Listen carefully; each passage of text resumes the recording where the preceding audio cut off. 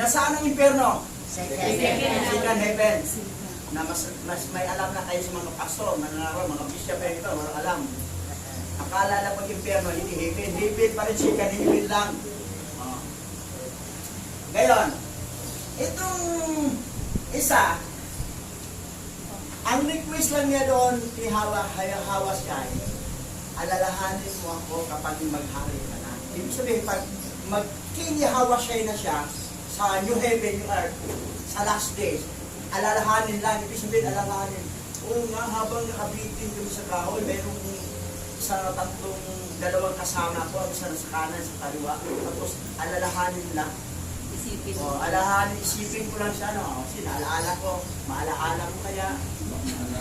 Padala ko sa maalaala mo kaya. Ano, 7 yun, no? May sabi ito. Ngayon, nangyari, mas higit pa yung sinabi ni Hawashai. Sumagot si Hawashai, sinabi ko sa inyo, ngayon din, isasama kita sa paraiso. Isa sila sa third heaven. Yung isa naman, mayabang yung isa eh. Kung ikaw, sabi niya na, tinuya pa siya, kung ikaw ay masyayak, sa Bible ng, Satanic Bible, Kristo eh, kung ikaw ang Kristo, iligtas mo ang iyong sarili, pati kami, demanding. Ikaw masyayak, ligtas mong sarili mo, pati kami. Pero ito isa, ngunit pinagsabihan siya ng kanyang kasama, hindi ka ba natatakot sa alahaya? Kung ikaw may pinarusahan na tulad niya, matuwid lamang na tayo'y parusahan mo. Namin siya, matuwid lamang, kasi makasalanan tayo eh. Pero sabi niya, ngunit ang tao nito ay walang ginawang masama. Yan. So, tanggap niya. Accept niya si Hawashai. Na matino. Ang iba naman, pag sabihan mo Hawashai, ayaw nila. Gusto nila Jesus Christ. Sige, Jesus Christ kayo. Eh ikaw, pag pupunta ka na yung Jesus Christ yung sitan, rebuking ka ng pastor, paribuking na may demonyo ka sa loob ng katawan mo, itutawak ng diyan hanggang masakta ng diyan niya. Pero hindi alam, ang pastor ang may demonyo. Ang pastor ang may demonyo. Nagising na sa katotohanan niya. Nagsabi. Ako to. Diba? Sabi ng mga mo? Ay, wala. Nagtanong siya. Ayan, natin. So, yun. Ngayon, pansinin mo ito ha. Ito kasi yung akala nila, nainti na daw, nalipat na daw sa third heaven ang paradise mula sa ilalim ng lupa. Pansinin mo, may nabanggit ba dito na nasa ilalim ng lupa ang paradise, dilipat sa third heaven? Ay, hindi pala sa Palawan, sa ilalim ng lupa pala. Yung alam ng Palawan, padala rin ng pera. May pera ka bang padala sa Palawan? Palawan Express. Pakibasa, Pastor Nick. Dito sa Tagalog, sa English Tagalog. 2 Corinthians chapter 2 verse 12 verse 2 to 4. May kilala akong isang masyayahin na dinala sa ikatlong langit. 14 na taon na ang nakalipas. Hindi ko lang matiyak kung iyo'y isang pangitain lamang o tunay na pangyayari. Ang alahayam lamang ang nakakalam.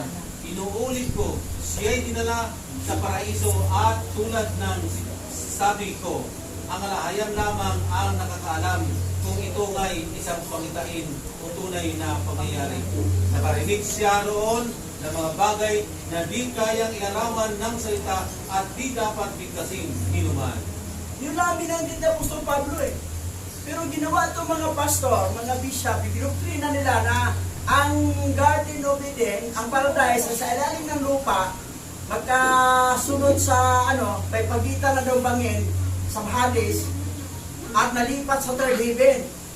Sinabi rin po na nakakita akong Masyayanek sa Babylonian Bible ay nakita akong Kristiyano na nalipat doon sa third heaven. Ipinanggit ay po, wala nga siyang sure eh. Ito ba'y tunay na pangyari o pangitain lamang? Ang alahayam ng nakalam. Pangitain lang yan. Pero sabihin ng galing sa ilalim ng lupa, wala naman binanggit galing sa ilalim ng lupa. Pangitain lang pa. Ang paradise. Mas sabihin pa niyan galing sa Palawan.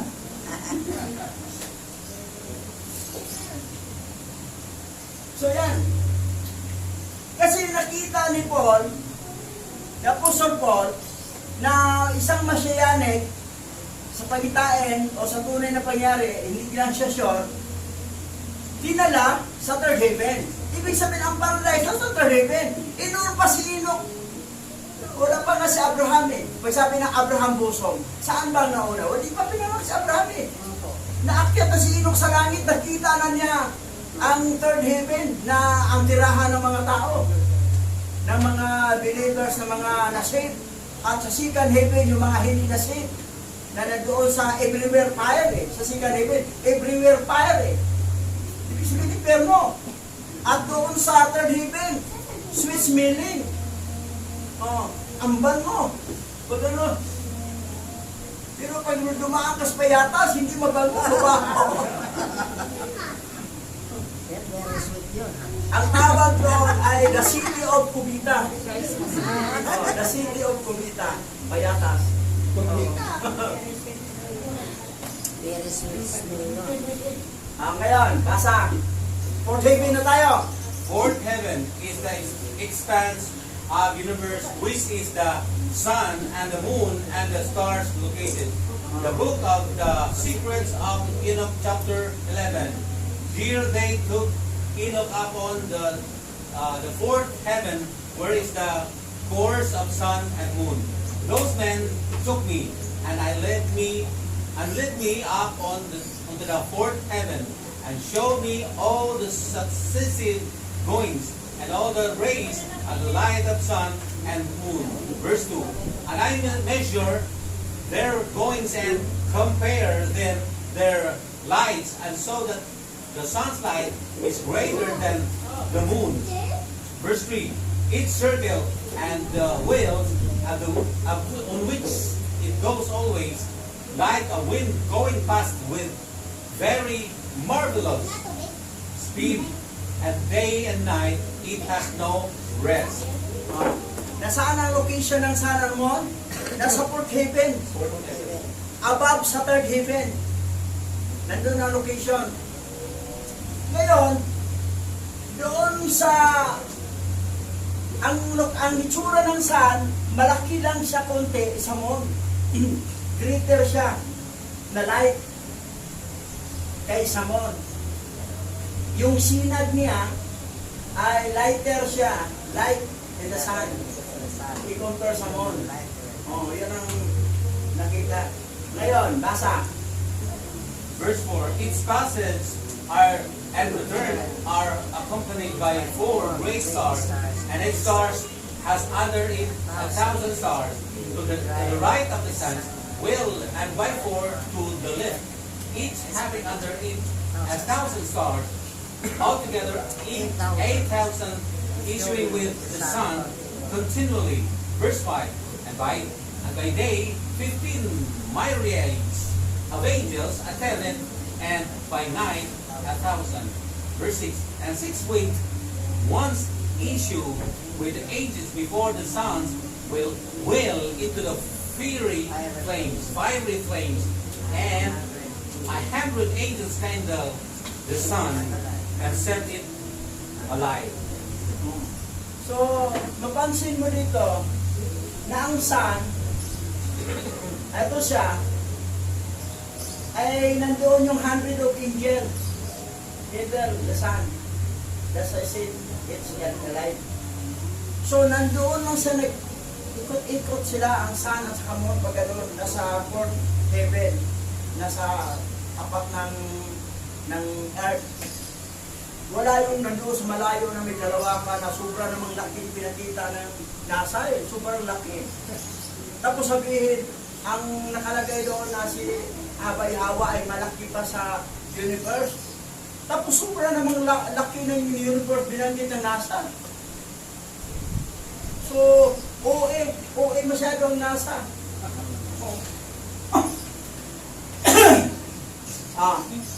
Sa fifth heaven tayo. May sa Sino yung nakatira? Tartaros.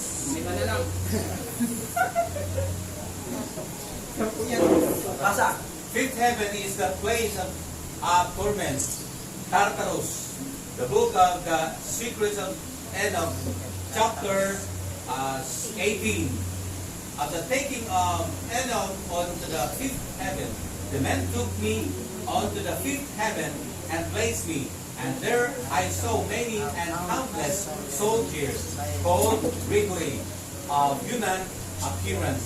And their size was greater than that of great giants, and their faces withered, and the silence of their mouths perpetual. And there was no service on the fifth heaven.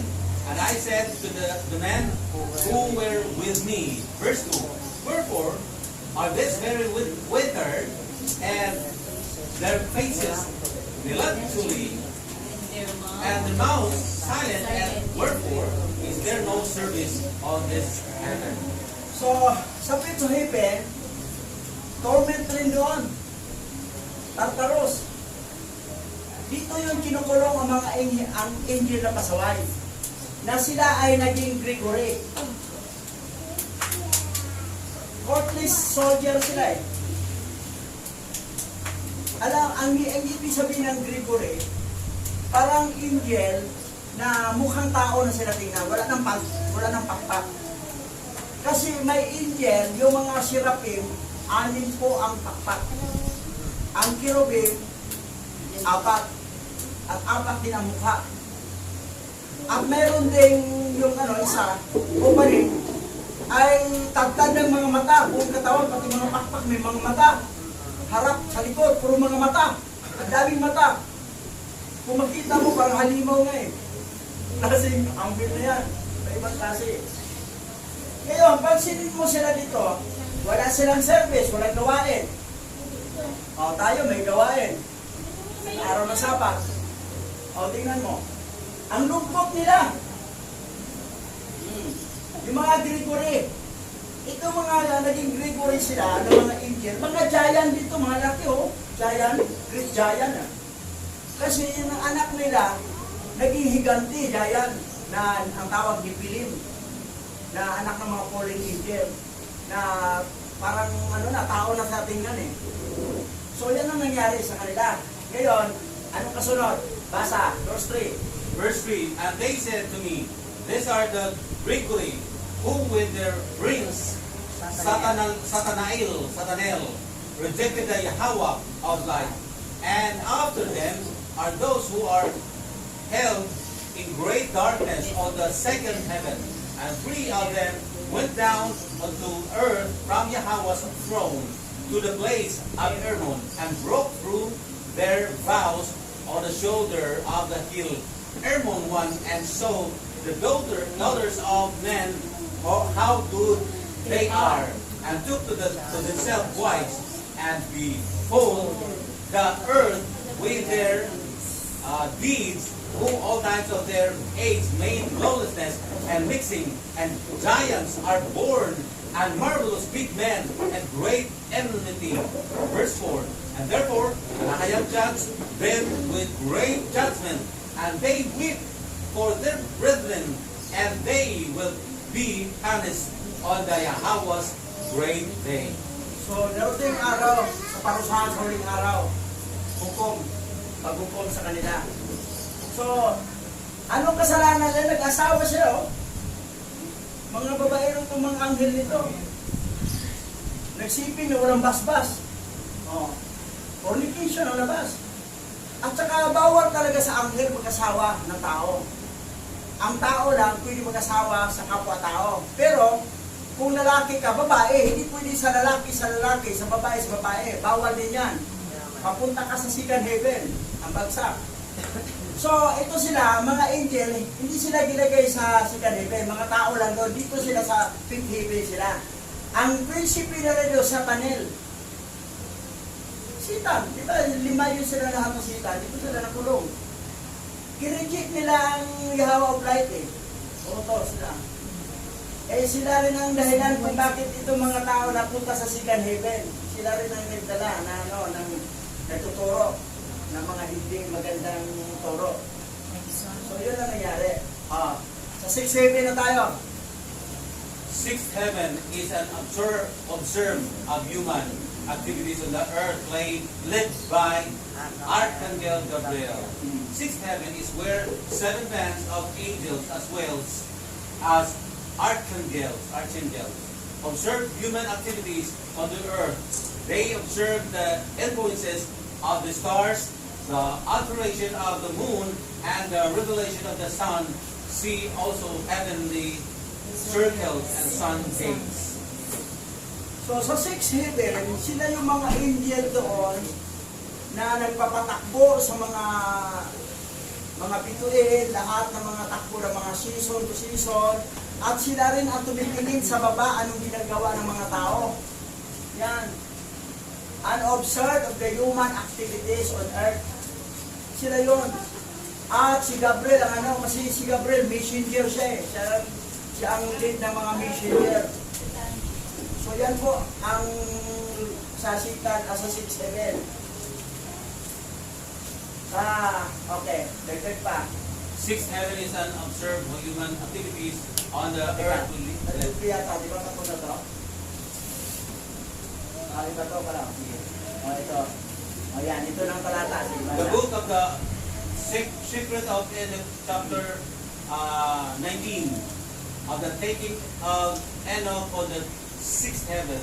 And thence those men took me and bore me up onto the sixth heaven, and there I saw seven bands of angels, very bright and very glorious, and their faces shining more than the sun's shining, glistening, and there is no difference in their faces, or behavior, or manner, or dress, and this may make the orders, and learn the goings of the stars, and the alteration of the moon, or revelation of the sun, and the good government of the world. Verse 2, and when they see evil going, they make commandments and instruction, and sweet and loud singing, and all songs of praise. Tingnan mo, may mga awitan sila doon. So, sila yung tumitingin sa baba. Yung mga tingin mga sito na evil doer, ng mga tao sa baba. Pero sila, nag-awitan sila, loud singing, and all songs of praise. Talagang sa ating naawit dito, awit din sila doon. Tama rin ginagawa natin na nag-praise and worship tayo para kay Abba Yahweh. Verse 3. Verse 3, these are the archangels who are above angels, measure all life in heaven and on earth, and the angels who are appointed over seasons and years, the angels who are over rivers and seas, and who are over the fruits of the earth, and the angels who are over every grass, giving food to all, to every living thing, and the angels who write all the souls of men, all their deeds and their lives before the Yahweh's face. In their minds are 6 phoenixes and 6 cherubim and 6 winged ones continually, with one voice, singing one voice, and it is not possible to describe their singing, and they rejoice before the Yahweh at his footstool. So, naglupaan ni Abba Yahweh, no? Tingnan mo, awit sila, ng mga singing. So, singing in one voice. Talagang one voice lang. Yung iba naman, nagsintunado. Dito, wala sintunado doon. Puro one voice lang, pareho. Pag sabi na, sabay-sabay, pareho ang tuno.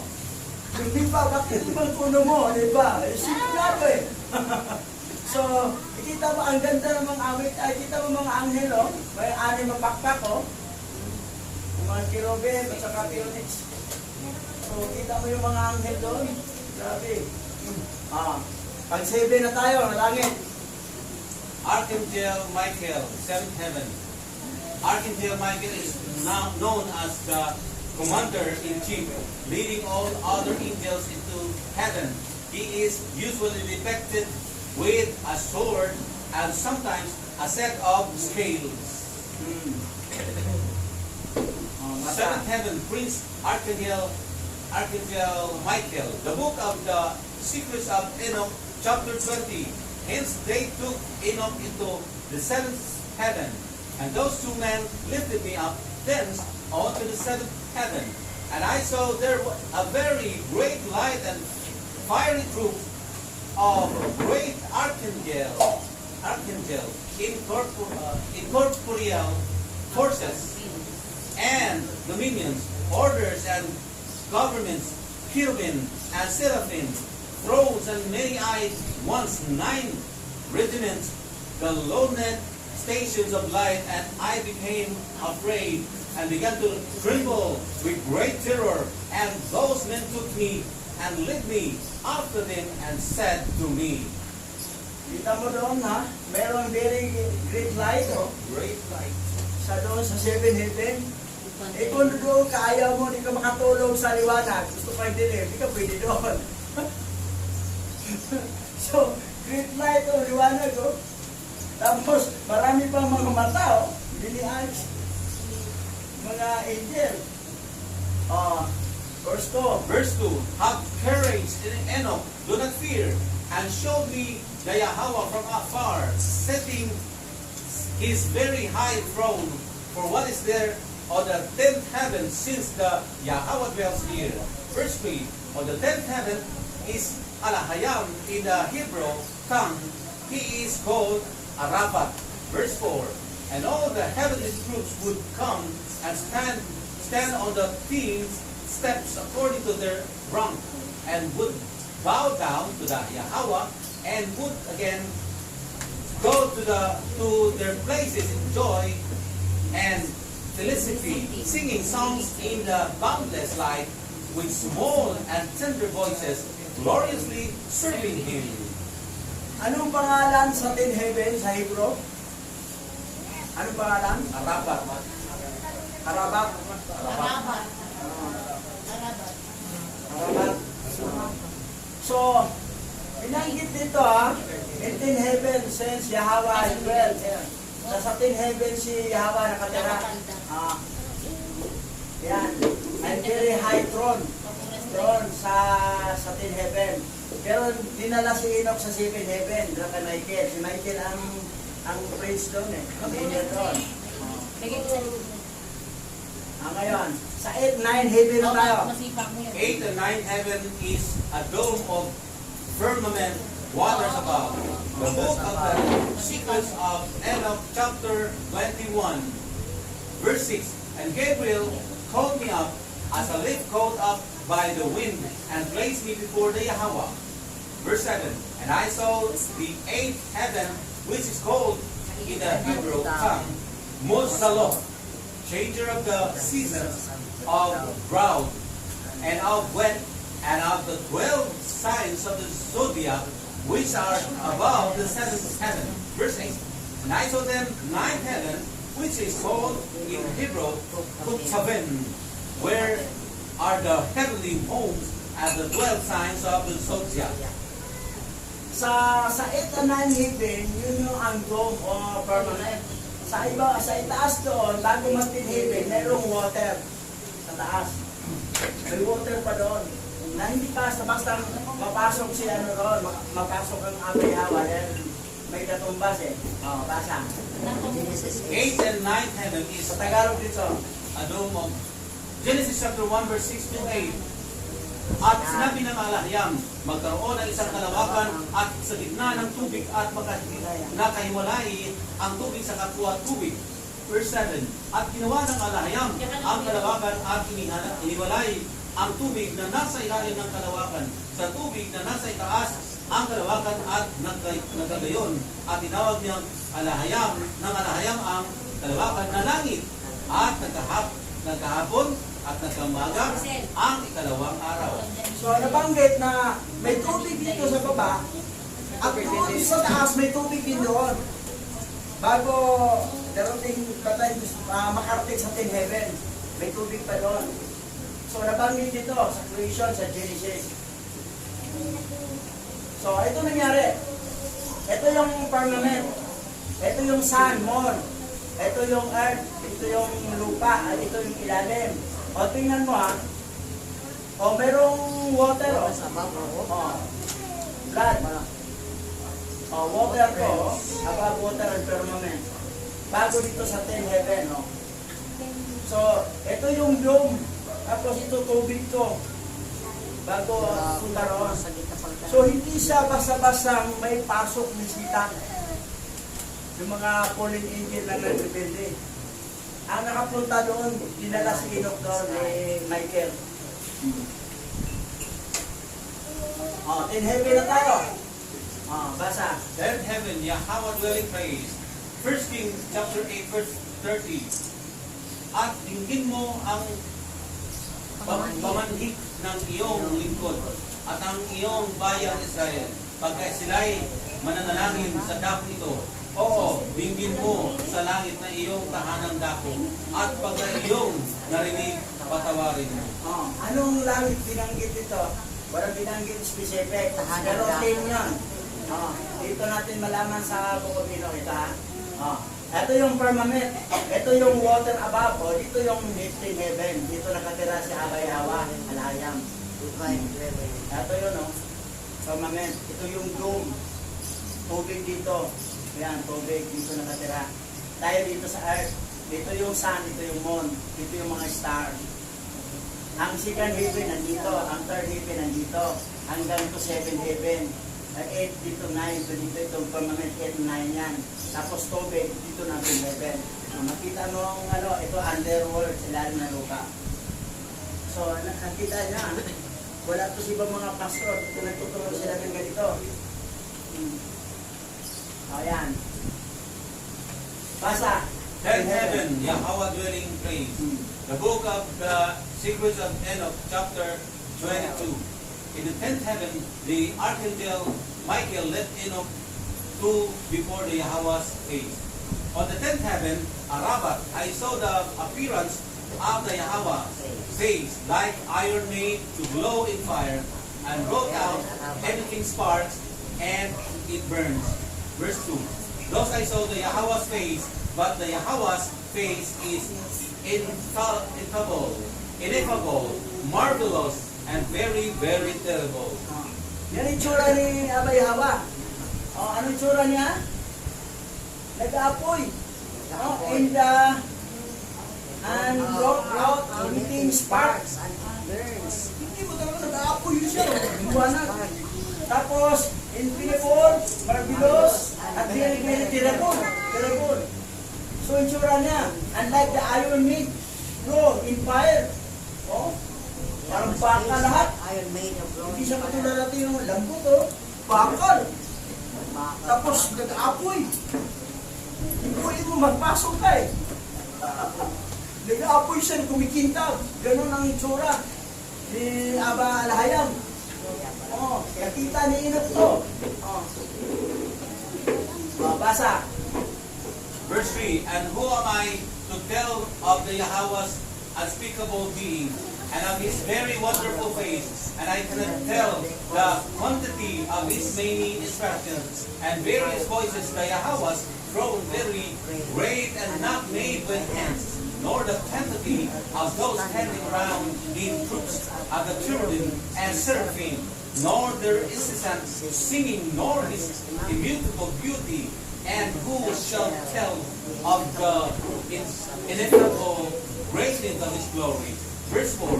And I feel broken, bowed down to Yahweh, and the Yahweh with his lips said to me. Verse 5. Have courage, Enoch. Do not fear. Arise and stand before my face into eternity. Ito yung sabi ni Yahweh kay Enoch. Huwag kang matakot, Enoch. Arise and up before the face into eternity. Kasi nasa eternity ka na.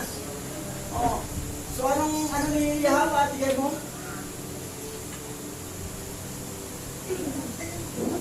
So ang trono niya, throne is very great and not made with hands, hindi nilikha sa kamay. Nor quantity understanding around him. The troop of cherubim, na seraphim. Na may mga umaawit, singing. Tapos, immutable beauty. Hindi magbabago ang mukha ni Abba Yahweh. Hindi tulad sa atin yung bata pa tayo, gwapo. Pagka matanda na, di na gwapo. Pangit, palupot na.